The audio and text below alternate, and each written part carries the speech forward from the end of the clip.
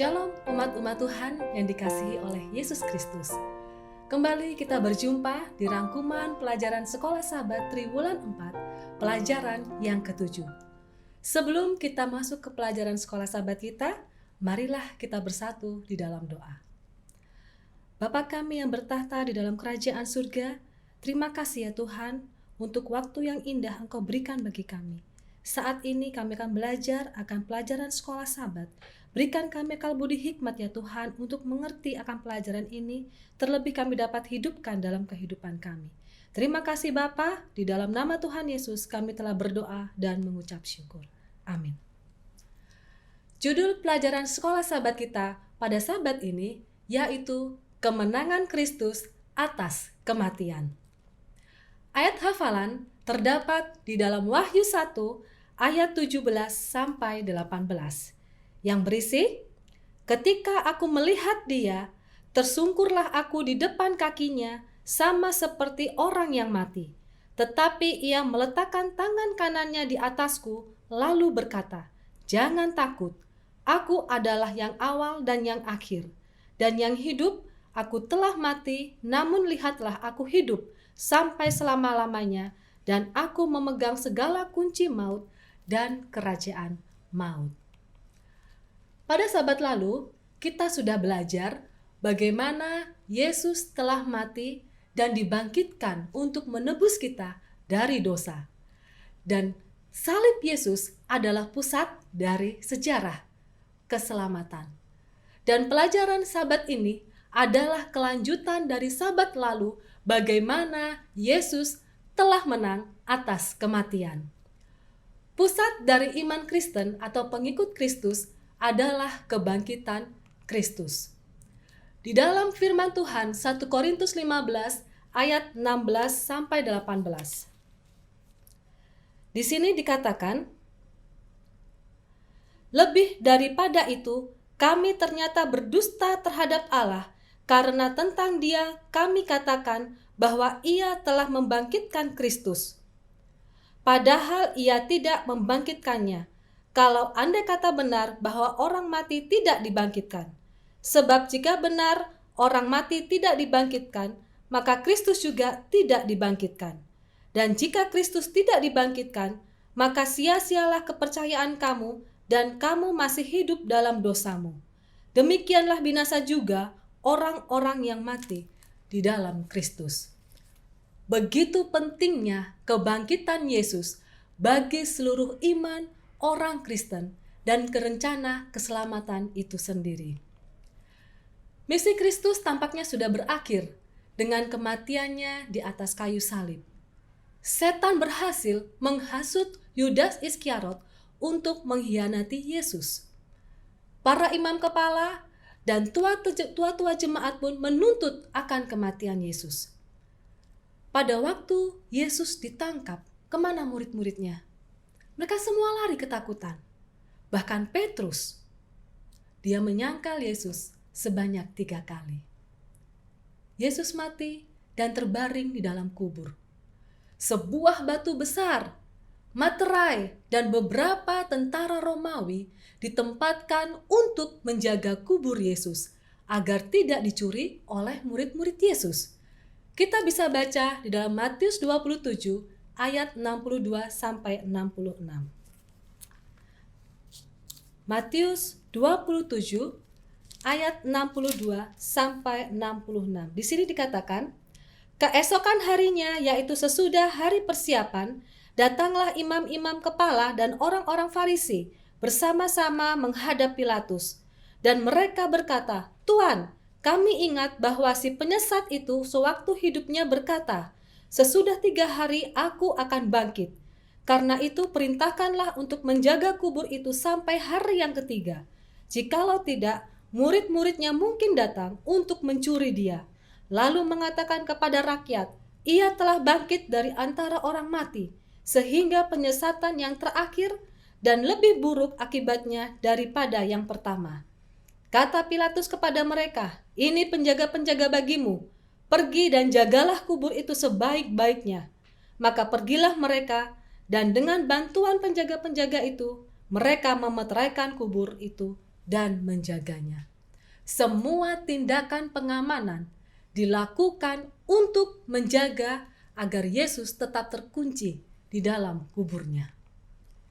Selama pelayanannya Yesus di bumi, Yesus telah menjalani tidak hanya kematiannya, tetapi dia juga menghadapi kebangkitan.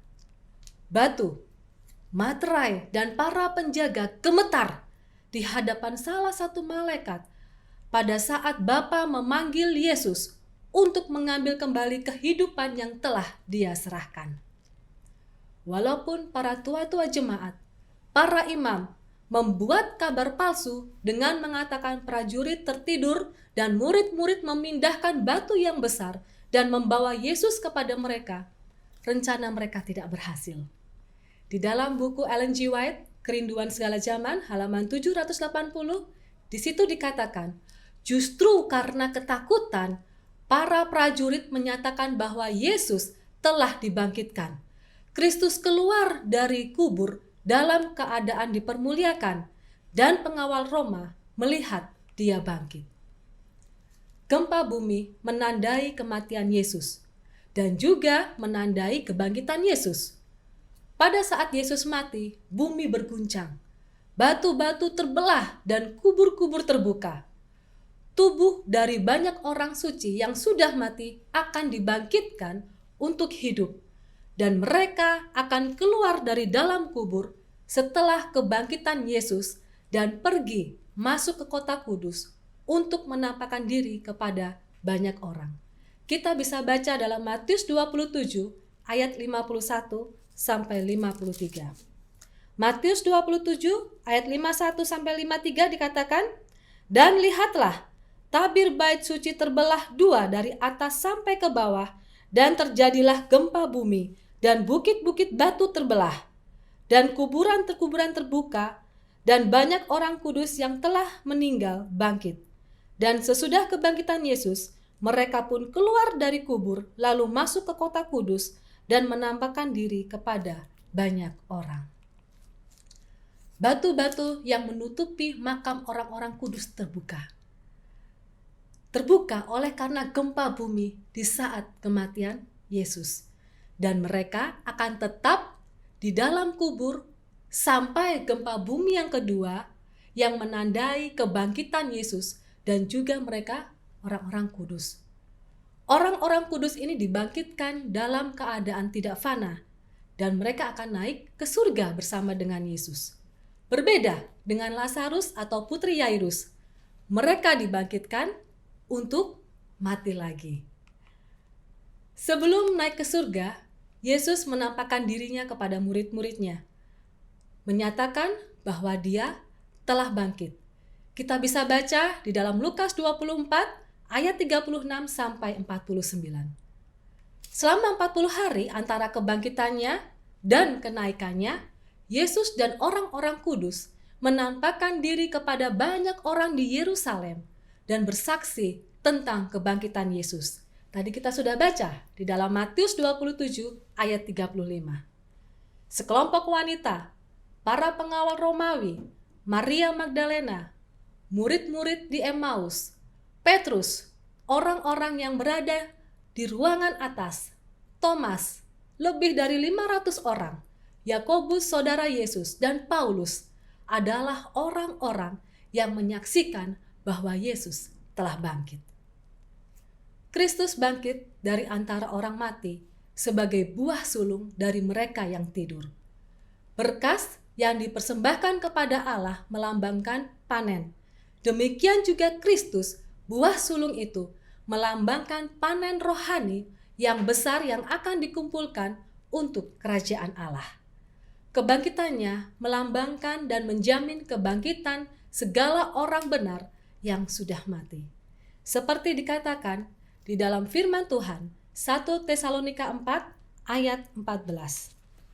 1 Tesalonika 4 ayat 14 di situ dikatakan, "Karena jikalau kita percaya bahwa Yesus telah mati dan telah bangkit, maka kita percaya juga bahwa mereka yang telah meninggal dalam Yesus akan dikumpulkan Allah bersama-sama dengan Dia." Inilah rangkuman pelajaran sekolah Sabat kita. Biarlah melalui pelajaran ini, kita selalu mengingat akan kasih Tuhan yang begitu besar, yang mana Yesus telah mati untuk kita dan bangkit untuk kita. Kita pun juga akan bisa menjadi saksi-saksi Kristus melalui iman percaya kita kepada Tuhan. Biarlah melalui pelajaran sekolah Sabat ini dapat membuat kita untuk lebih setia dan dekat kepada Tuhan. Tuhan Yesus memberkati. Kita akan tutup di dalam doa. Bapa kami yang bertahta di dalam kerajaan surga, terima kasih ya Tuhan, Engkau telah menuntun kami untuk menyampaikan rangkuman pelajaran sekolah Sabat di pelajaran yang ke-7.